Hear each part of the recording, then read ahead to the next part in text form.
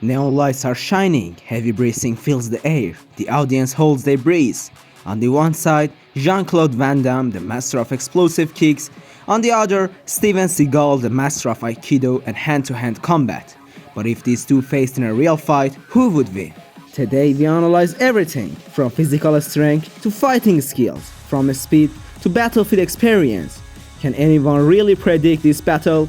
Stay with me until the end of this video, because the result might completely surprise you. Before we simulate this fight, let's get to know these two legends. Jean-Claude Van Damme. He started karate at the age of 11 and later moved on to kickboxing.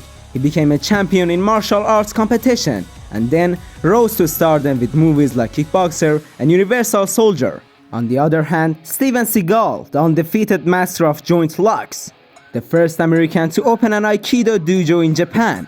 He holds a 7th degree black belt in Aikido and has spent years training police and military forces. His fighting style is based on controlling the opponent, using their forces against them, and applying ruthless joint locks. Now that you know both warriors, let's see who has the advantage in a real fight. Jean-Claude Van Damme, master of deadly kicks. High speed, incredible endurance, unmatched spinning and jumping kicks, experience in ring fighting. Weakness: in close combat he might be vulnerable. Steven Seagal, master of joint locks and defense, uses the opponent's strength against them. Exceptional defensive skills, experience training elite forces, techniques for controlling a fight.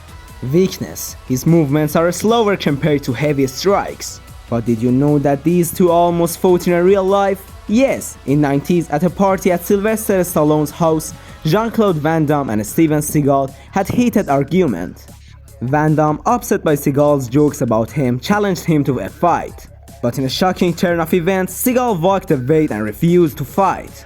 Now, the question arises, did Seagal run from the fight? Or did he simply not see the need to prove himself?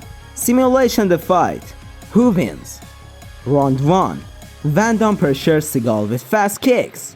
Round 2. Seagal closes the distance and gains control with the joint locks. Round 3. Van Damme attempts a spinning kick to end it, but Seagal throws him to the ground in one move. So who's the ultimate winner? If this fighting happened in an official kickboxing ring, Van Damme would have the upper hand. But if it were a street fight, Seagal could control him with IQ techniques. Now it's your turn. If these two fought at their peak, who would win? Jean-Claude Van Damme, master of fiery kicks, or Steven Seagal, master of control and joint locks?